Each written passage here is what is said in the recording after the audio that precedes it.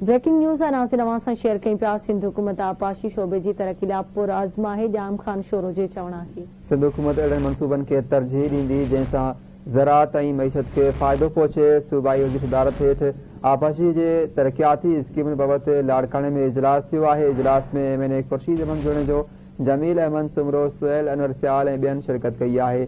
इजलास में हलंदड़ माली साल तहत जारी मनसूबनि ते ख़्यालनि जी ॾे वठि कई वई आहे। इन हवाले सां लाइन ते मौजूद आहे लाड़काने खां ब्यूरो चीफ रशीद समूह। जी रशीद, कहिड़ा तफ़सील आहिनि?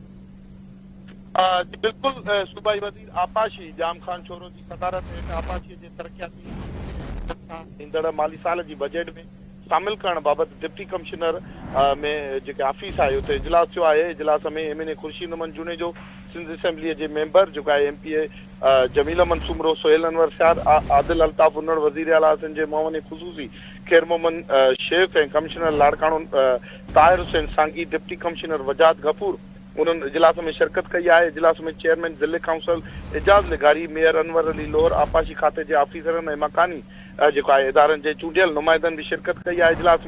इजलास में माली साल 2025-26 जे ADP जे तहत जारी मुख़्तलिफ़ आपाशी मनसूबनि ते तफ़सीली ख़यालनि जी ॾे वठि थी आहे। इजलास में चूंडियल नुमाइंदनि लाड़काने ज़िले जे जेको आहे दरियाई बंदनि खे मज़बूत करण समेत ॿियनि मनसूबनि बाबति पंहिंजूं तजवीज़ूं पेश कयूं आहिनि। सूबाई वज़ीर जी आपाशी खाते ऑफिसरनि खे मनसूबनि खे जेको आहे मुक़ररु वक़्त ते मुकमल करण खे यकीन बणाइण लाइ जोगा कदम खणण जी हिदायत कई आहे ऐं चूंडियल नुमाइंदनि तरफ़ां आपाशी खाते सां वास्तो रखंदड़ जिन स्कीमुनि जूं तजवीज़ूं ॾिनियूं वयूं आहिनि उन्हनि जो जाइज़ो वठी ऐं चेयरमैन बिलावल भुट्टो जे हिदायत ते अमल दरामद कयो पियो वञे। आपाशी जेको सूबाई वज़ीर आहे जाम खान शोरो जो चवणु आहे, वधीक जाम खान शोरो जो चवणु आहे त सिंध हुकूमत आपाशी जे शोबे जे तरक़ीअ लाइ पुरअज़्म आहे ऐं सिंध हुकूमत अहिड़नि मनसूबनि खे तरजीह ॾींदी जंहिंसां सूबे में ज़राअत ऐं मईशत खे फ़ाइदो पहुचंदो। जी ठीकु आहे, मुंहिंजी महिरबानी रशीद अपडेट करण लाइ।